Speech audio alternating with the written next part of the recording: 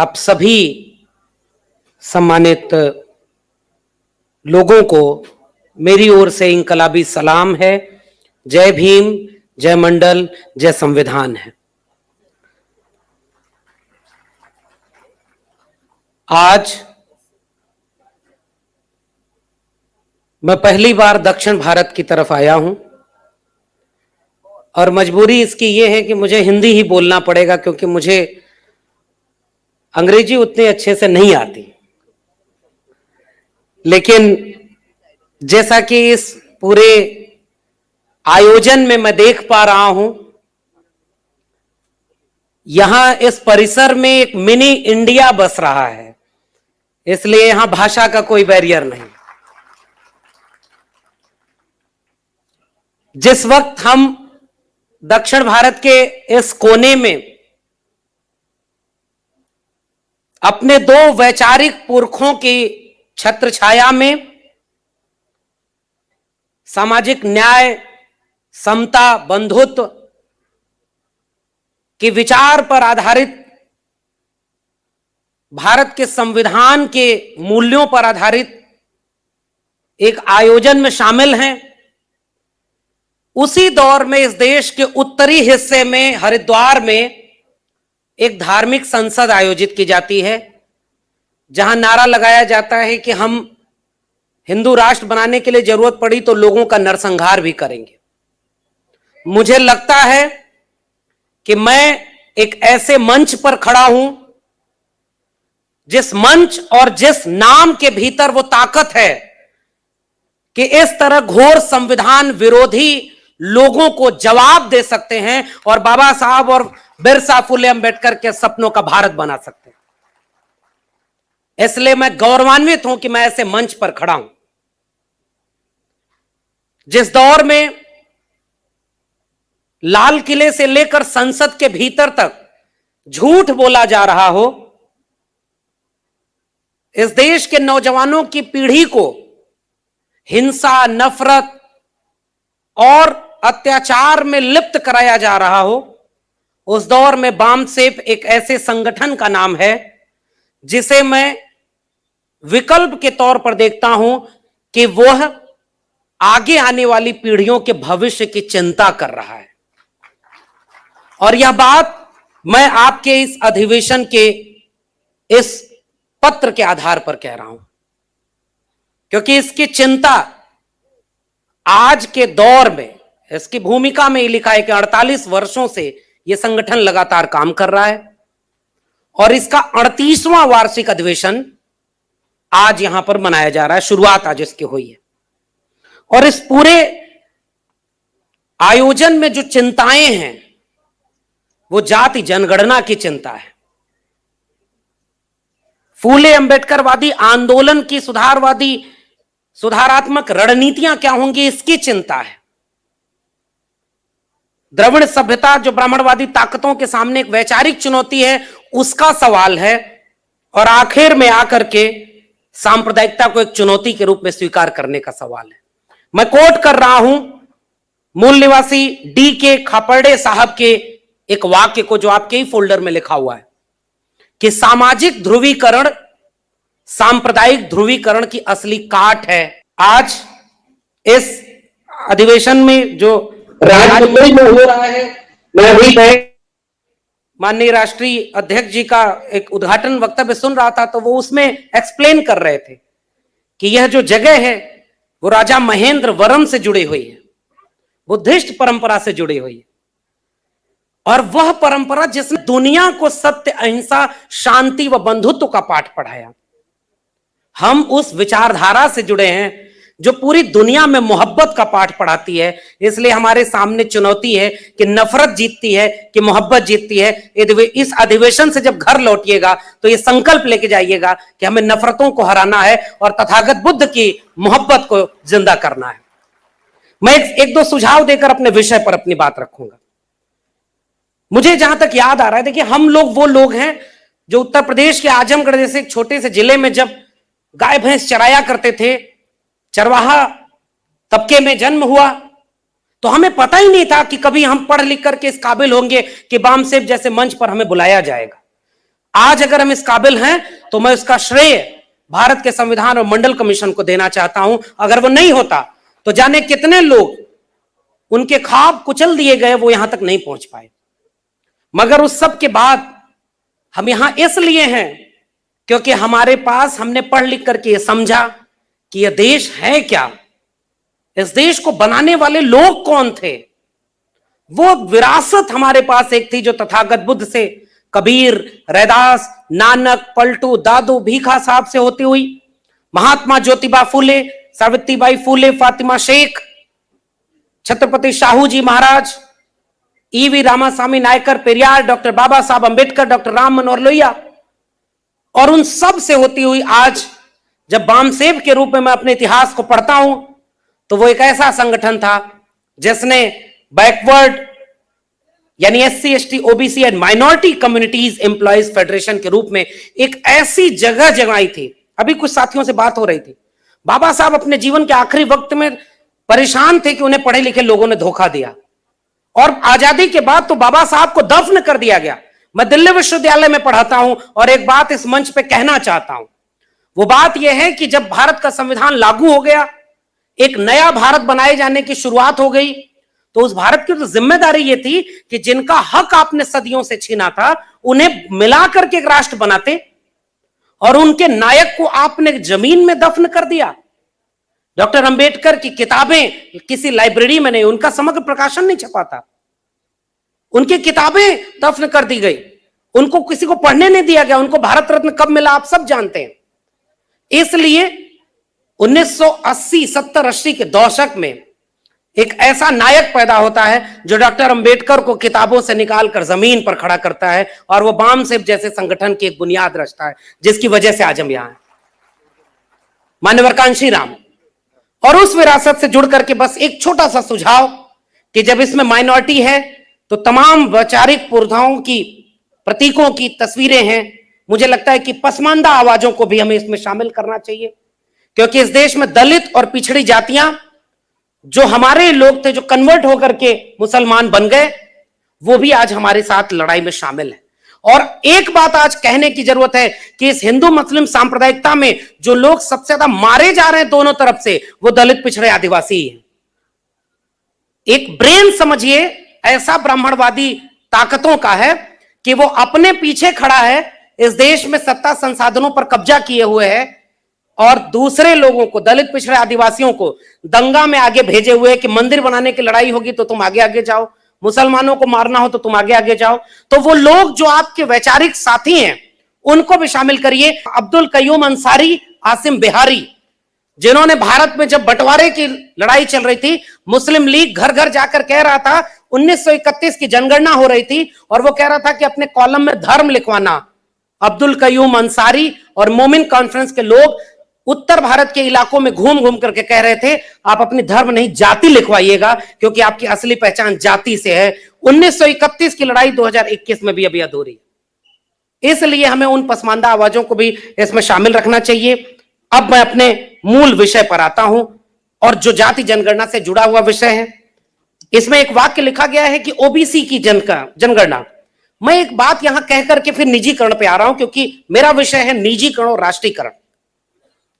जाति जनगणना का सवाल केवल ओबीसी का नहीं है। यह बात सच है कि इस देश में दलितों और आदिवासियों की गिनती होती है, और 1931 के बाद से तो जाति जनगणना हुई नहीं। तो सबसे ज्यादा नुकसान अगर इस देश में किसी तबके का हुआ है तो वो ओबीसी का हुआ है। और दिलचस्प यह है कि मैं खुद चूंकि उसी तबके से आता हूं तो थोड़ा बेबाकी से कह सकता हूं कि जिसका नुकसान हुआ है उसे ही पता नहीं कि उसका क्या क्या नुकसान हुआ है, वो हिंदू बना फिर रहा है। तो मंडल कमीशन यानी अनुच्छेद 15, अनुच्छेद 16 और अनुच्छेद 340 अगर भारत के संविधान में न होता, कल जिस महान शख्सियत की स्मृति दिवस था, इसी दक्षिण भारत की एक महान शख्सियत ईवी रामास्वामी नायकर, पेरियार, उनके आंदोलन और उनके दबाव के चलते अनुच्छेद 15(4) जोड़ा गया, 16(4) जोड़ा गया। इन सब के मिलने से एक बना था कि हम ओबीसी यानी पिछड़े वर्ग की भी गिनती करेंगे, और उसमें गिनती हुई नहीं फिर, और उस पर बात पिछले सत्र में हो चुकी है। मैं एक तथ्य को जोड़कर अपने विषय पर आ रहा हूं। वो विषय यह है कि जो गिनती नहीं हुई तो मंडल कमीशन ने 31 की जनगणना और इनको लेकर के 52% आबादी बताई और 52% को आरक्षण मिला 27%। और आज जब मैं यहां खड़े होकर के निजीकरण और राष्ट्रीयकरण पर बात रखने जा रहा हूं तो कोट करना चाहता हूं कि मनुस्मृति क्यों जलाई थी आज बाबा साहब डॉक्टर भीमराव अंबेडकर ने, क्योंकि मनुस्मृति के आधार पर यह तय कर दिया गया था कि इस देश में कौन पढ़ेगा और कौन नहीं पढ़ेगा, कौन आगे बढ़ेगा कौन नहीं बढ़ेगा। इसलिए उस किताब को बाबा साहब ने जलाया। उनको जब मौका मिला तो उन्होंने मनुस्मृति लिखी जिसमें महिला भी गुलाम है, दलित भी गुलाम है, पिछड़ा भी गुलाम है, आदिवासी भी गुलाम है। और जब हमारे पुरखे को मौका मिला तो उन्होंने सबको बराबर का हक लिख दिया। डॉक्टर भीमराव अंबेडकर ने सबको बराबर का हक लिखा है। और उन्हीं ने एक चिंता जाहिर की थी कि इस राष्ट्र में अगर स्टेट मजबूत नहीं होगा तो जिसकी जेब में पैसा नहीं है, जिसको सदियों से वंचित रखा गया, जिसको शिक्षा नहीं मिली, जिसके पुश्तैनी पेशे धीरे धीरे कमजोर होते जा रहे हैं, वह अगर निजीकरण की ओर चला जाएगा, राज्य अपनी जिम्मेदारी कम कर लेगा, तो फिर तो यह देश विषमता के दौर में चला जाएगा।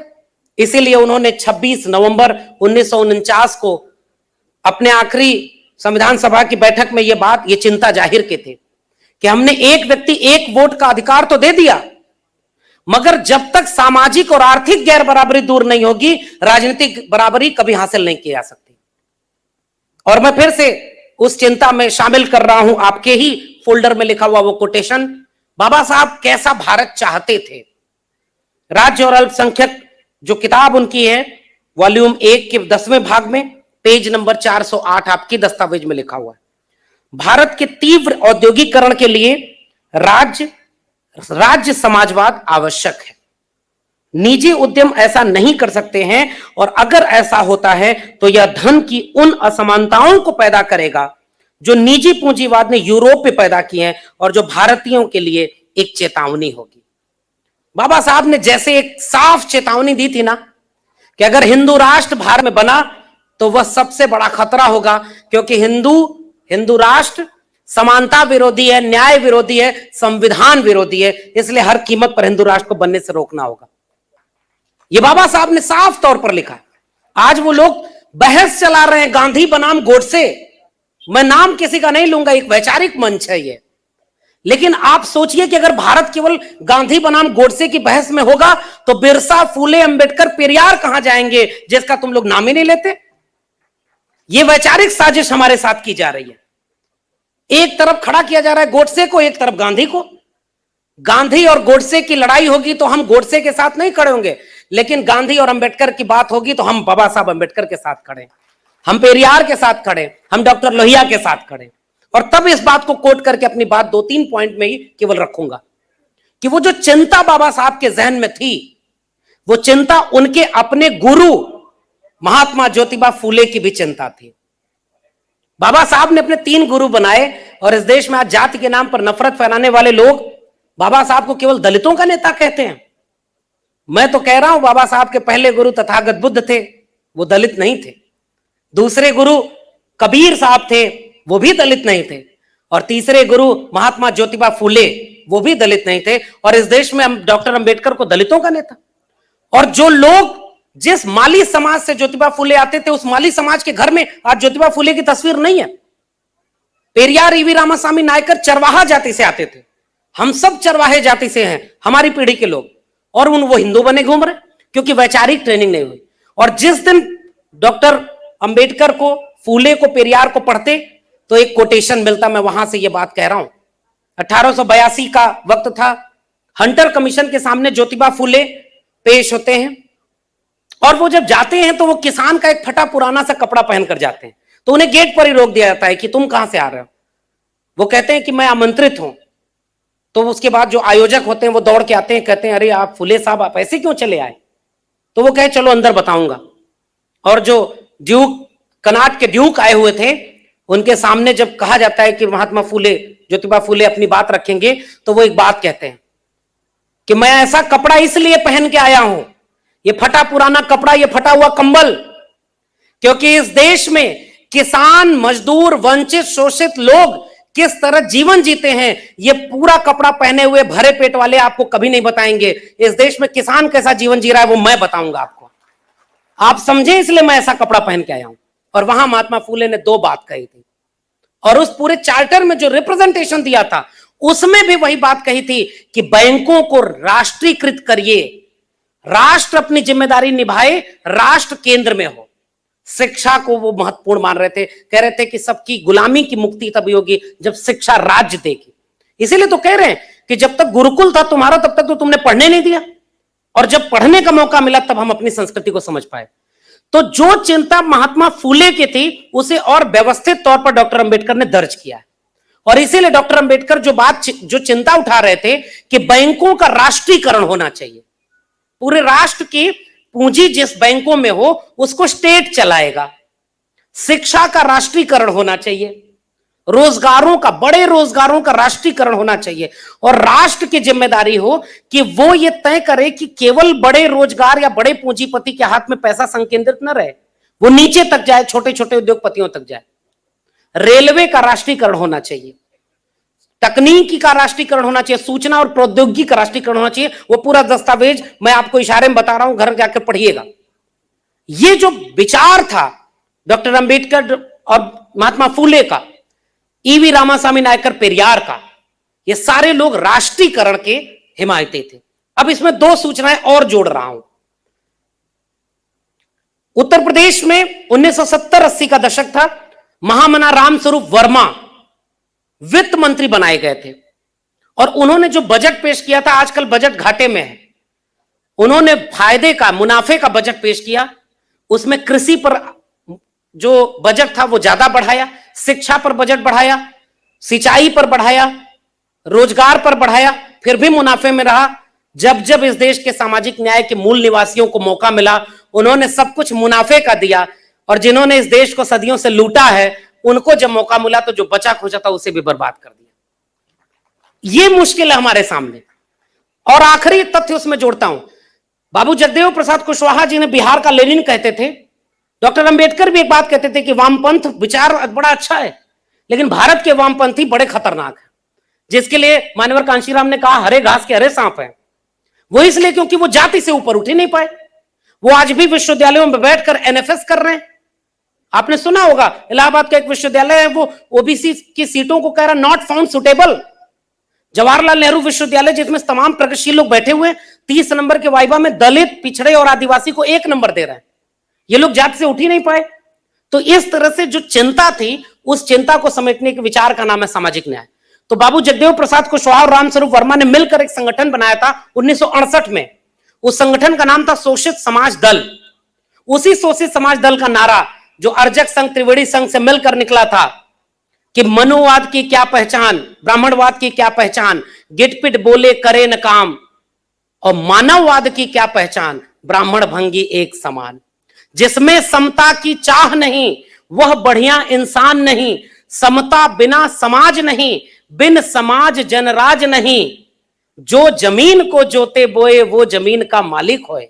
आज इस देश में 1% जमीनें भी दलितों के पास नहीं है। किसान आंदोलन हो गया, आपने जिक्र किया है, जब जब ऐसी चीजें होंगी हम इस तरह के आंदोलनों के साथ खड़े होंगे, लेकिन एक सवाल भी तो पूछेंगे कि इस जमीन पर मालिकाना हक किसका है, और उस जमीन को भी अब निजीकरण के हाथों बेच रहे थे। तो उस शोषित समाज दल के नारों में एक नारा बुलंदी से शामिल था, वो पेरियार ललई सिंह यादव का था।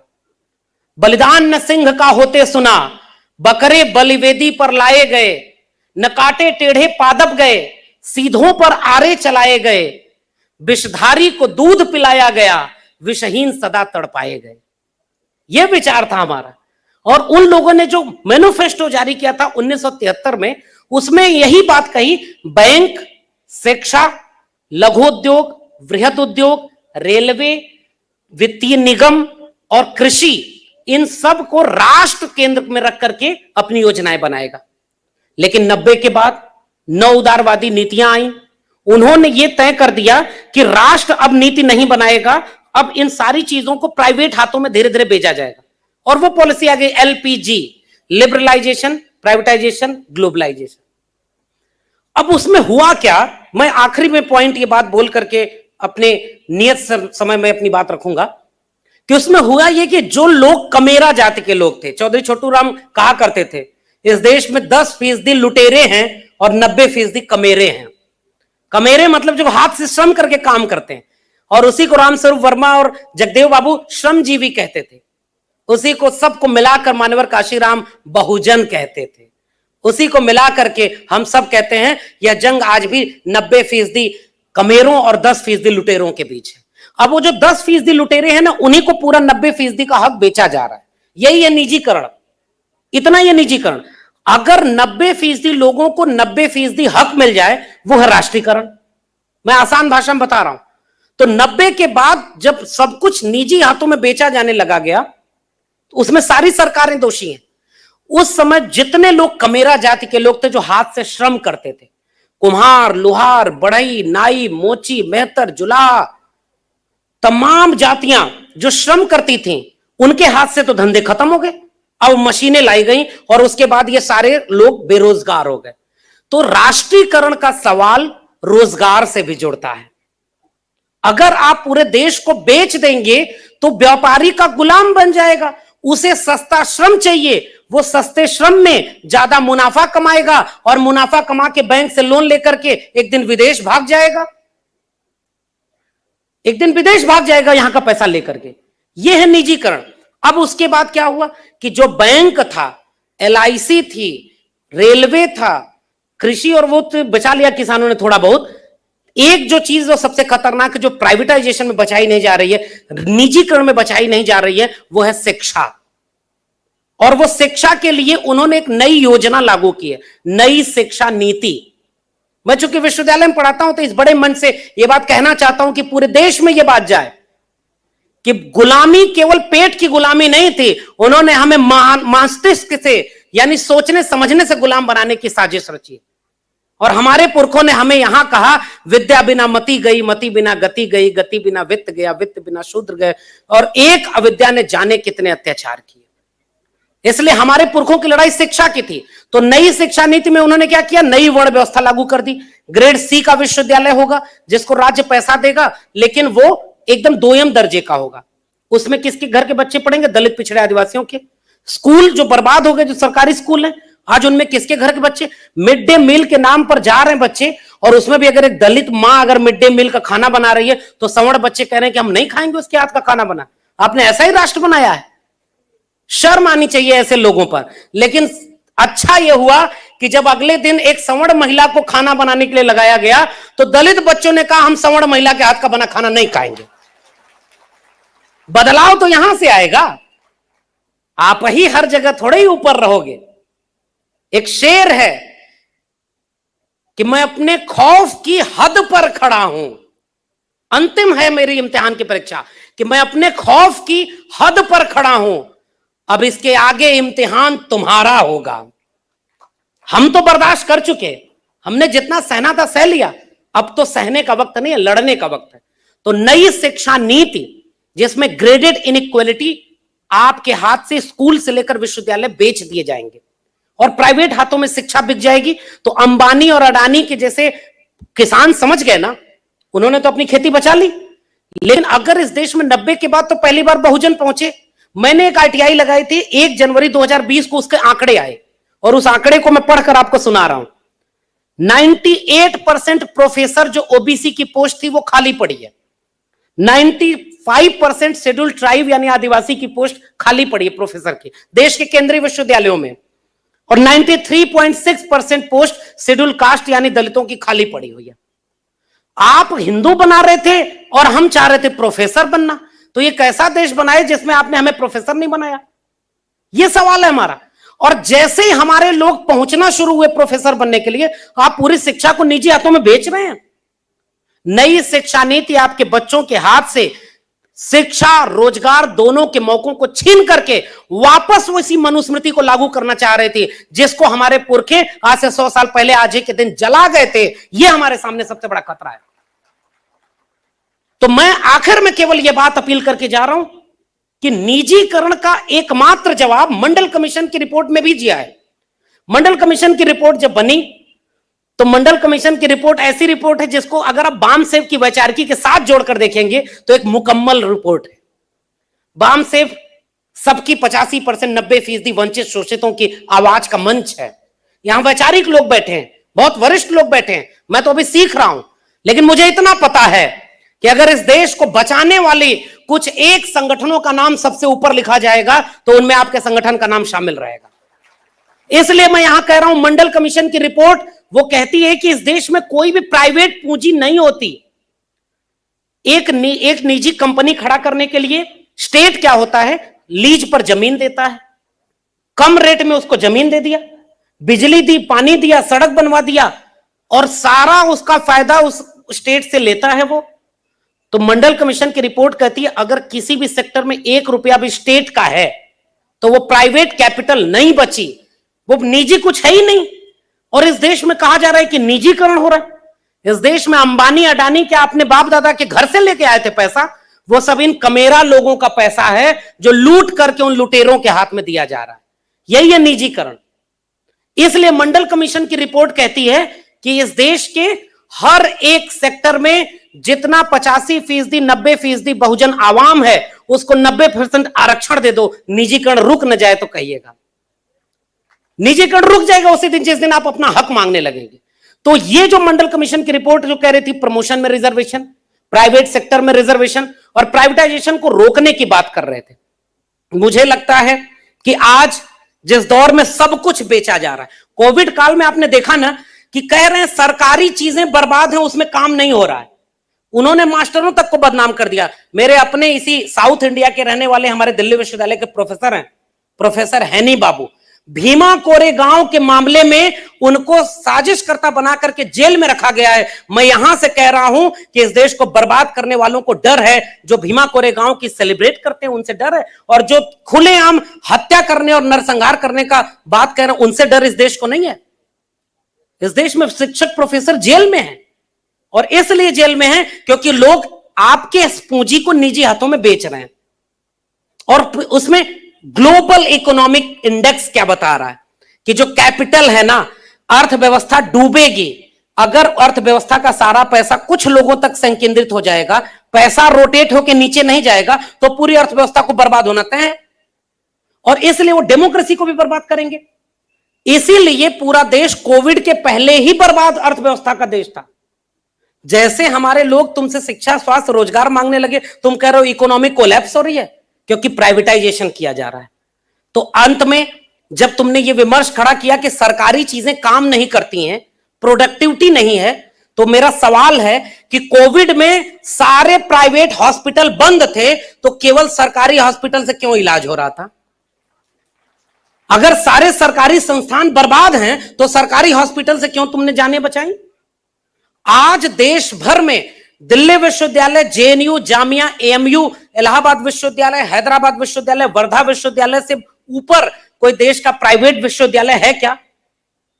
आज भी सरकारी विश्वविद्यालय सबसे आगे, सरकारी हॉस्पिटल सबसे आगे, सरकारी रोजगार सबसे आगे। तुम कह रहे हो कि देश में निजीकरण जरूरी है क्योंकि सरकारी चीजें प्रोडक्टिव नहीं रही। एक कविता लिखी है किसी ने, अमन बेच देंगे, चमन बेच देंगे, कलम के सिपाही अगर सो गए तो वतन के सिपाही वतन बेच देंगे। आज ये विषय जो आपने चुना है, ये बेचने के दौर में बचाने की लड़ाई लड़ने वाला विषय है।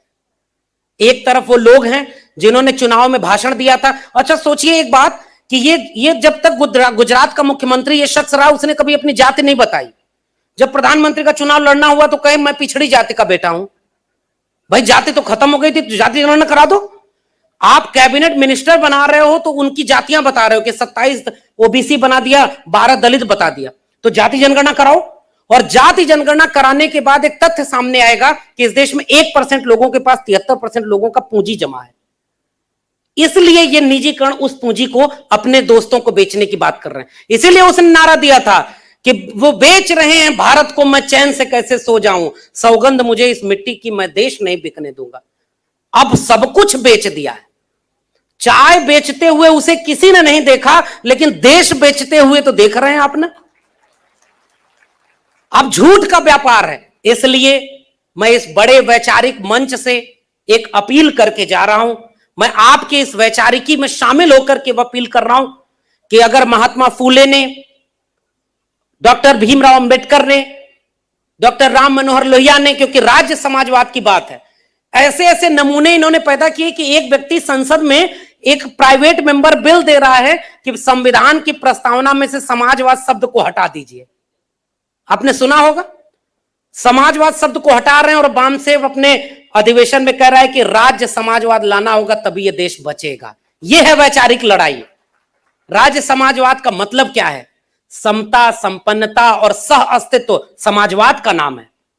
अपने जीवन के अंतिम काल में 1948 में एक अधिवेशन होता है लखनऊ में, backward classes league, depressed classes league का, उसकी अध्यक्षता करने के लिए बुलाया जाता है बाबा साहब डॉक्टर भीमराव अंबेडकर को। 1952 में एक अधिवेशन होता है डिप्रेस्ड क्लासेस लीग का, SC ST OBC तीनों मिलकर के EV रामास्वामी नायकर पेरियार को अध्यक्षता के लिए बुलाते हैं। और 1956 के आसपास डॉक्टर लोहिया और डॉक्टर अंबेडकर मिलकर एक राष्ट्र बनाना चाह रहे थे। मुझे लगता है कि वो जो अधूरा ख्वाब है जल जंगल जमीन की हिस्सेदारी का, वह ख्वाब यहां पर जरूर मौजूद होना चाहिए। जो समाजवादी विचार ने नारा लगाया था कि संसोपा ने बांधी गांठ, पिछड़े पावे 100 में 60, उसे बहुजन नायकों ने आगे बढ़ाकर कहा कि 100 में 90 शोषित हैं, शोषितों ने ललकारा है, धन धरती और राजपाट में 90 भाग हमारा है। यही लड़ाई राष्ट्रीयकरण और निजीकरण की लड़ाई है। इस देश के 90% वकील, 90% प्रोफेसर, 90% जज, 90% ब्यूरोक्रेट और 90% उद्योगपति जब तक दलित, पिछड़े, आदिवासी, अल्पसंख्यक, पसमानदा जाति के नहीं होंगे तब तक यह देश कभी मुकम्मल देश नहीं होगा। इसलिए निजीकरण करना राष्ट्र विरोधी है। जो देश को बेच रहे हैं, जो सब कुछ को बेचना चाह रहे हैं, वो दरअसल एंटी नेशनल लोग हैं।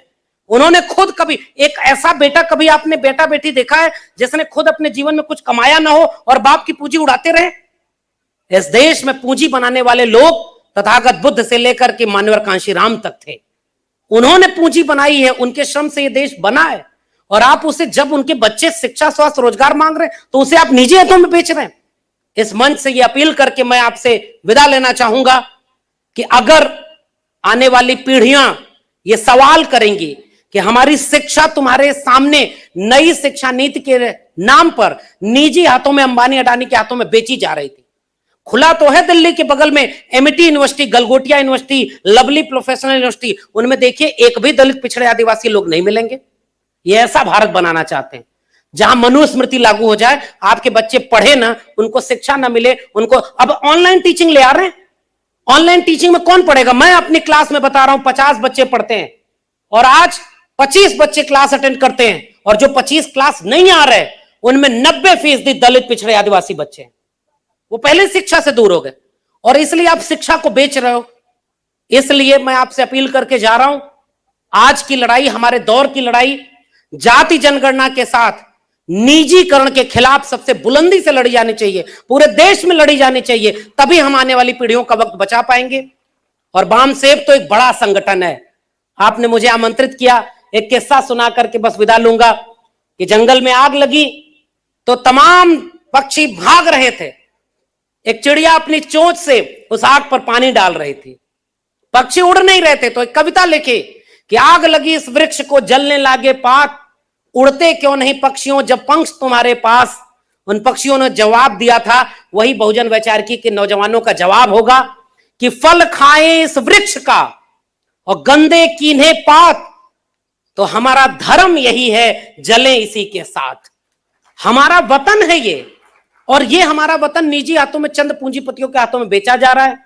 तो वो जो चिड़िया आग पर पानी डाल रही थी, जंगल के जानवर उससे हंस रहे थे, पूछ रहे थे तुम्हारे इस थोड़े से पानी डालने से क्या फर्क पड़ेगा। उस चिड़िया ने जो जवाब दिया था, मुझे लगता है बामसेव तो बड़ा संगठन है, ये तो पूरे देश में क्रांति कर सकता है और कर रहा है। लेकिन उस चिड़िया ने जो जवाब दिया वही हमारा जवाब है कि मुझे पता है कि मेरी चोंच के एक बूंद पानी से ये जंगल की आग नहीं बुझेगी, लेकिन जब इस जंगल की आग का इतिहास लिखा जाएगा कि जब सांप्रदायिकता के नाम पर नफरत के भाषण दिए जा रहे थे, जब देश को निजी हाथों में बेचा जा रहा था, जब जाति जनगणना नहीं कराने के लिए झूठ बोला जा रहा था, जब कोरोना में लाशें तैर रही थी, जब इस देश में जातिवाद करके तमाम तरह से इस देश के सत्ता, संसाधन और हिस्सेदारी को अवैध कब्जा किया जा रहा था, ऐसी जंगल की आग में जब उसका इतिहास लिखा जाएगा तो मेरा नाम आग लगाने वालों में नहीं, आग बुझाने वालों में शामिल होगा। वो बामसेब का मंच कर रहा है, आपने मुझे आमंत्रित किया। जय भीम, जय मंडल, जय संविधान, जय मूल निवासी। बहुत बहुत शुक्रिया।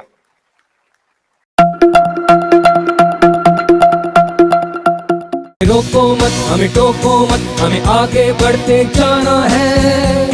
जय भीम का नारा लगाना है, जय भीम का नारा लगाना है। जय भीम, जय भीम। मैं गौतम रत्ना आपका बहुजन फिल्म प्रोडक्शन में स्वागत करता हूं और आप हमारे प्रोडक्शन हाउस के अंदर अपना कैरियर बना सकते हैं as a film director, as a producer and actor and actress and editor and cinematographer also. अगर आपको फिल्म से रिलेटेड कुछ भी प्रोजेक्ट आपको बनवाना है तो हमारे पास में पूरा सेटअप है, जिसमें फिल्म कैमरा है, शूटिंग लाइट्स है और एडिटिंग है। सारा A to Z एक ही जगह पर आपको हमारे यहाँ पर मिल जाएगा। तो दोस्तों आप हमें कांटेक्ट कर सकते हैं हमारे नंबर्स पर 9810085714 और 8510005714। हमारे वेबसाइट पे विजिट कर सकते हैं www.filmserviceindia.com और हमें मेल भी कर सकते हैं gautamfilmsproduction@gmail.com पर। धन्यवाद। बुद्धं शरणं गच्छामि। अंबेडकर नेशन चैनल आर्थिक समस्या से गुजर रहा है। अगर आप बहुजन समाज में बाबा साहेब अंबेडकर और तथागत बुद्ध की विचारधारा को अधिक से अधिक लोगों तक पहुंचाना चाहते हैं तो हमें आर्थिक सहयोग प्रदान करें, ताकि हम अपने चैनल के माध्यम से देश विदेश में समता, बंधुता, एकता और संवैधानिक अधिकारों को ज्यादा से ज्यादा लोगों तक पहुंचा सकें। आप अपनी सहायता राशि नीचे लिखे खाते में जमा करा सकते हैं। खाता धारक गौतम रत्ना, खाता संख्या 3169576865 IFSC कोड SBIN 0060336, बैंक भारतीय स्टेट बैंक। आप हमारे बैंक खाते का विवरण स्क्रीन पर भी देख सकते हैं।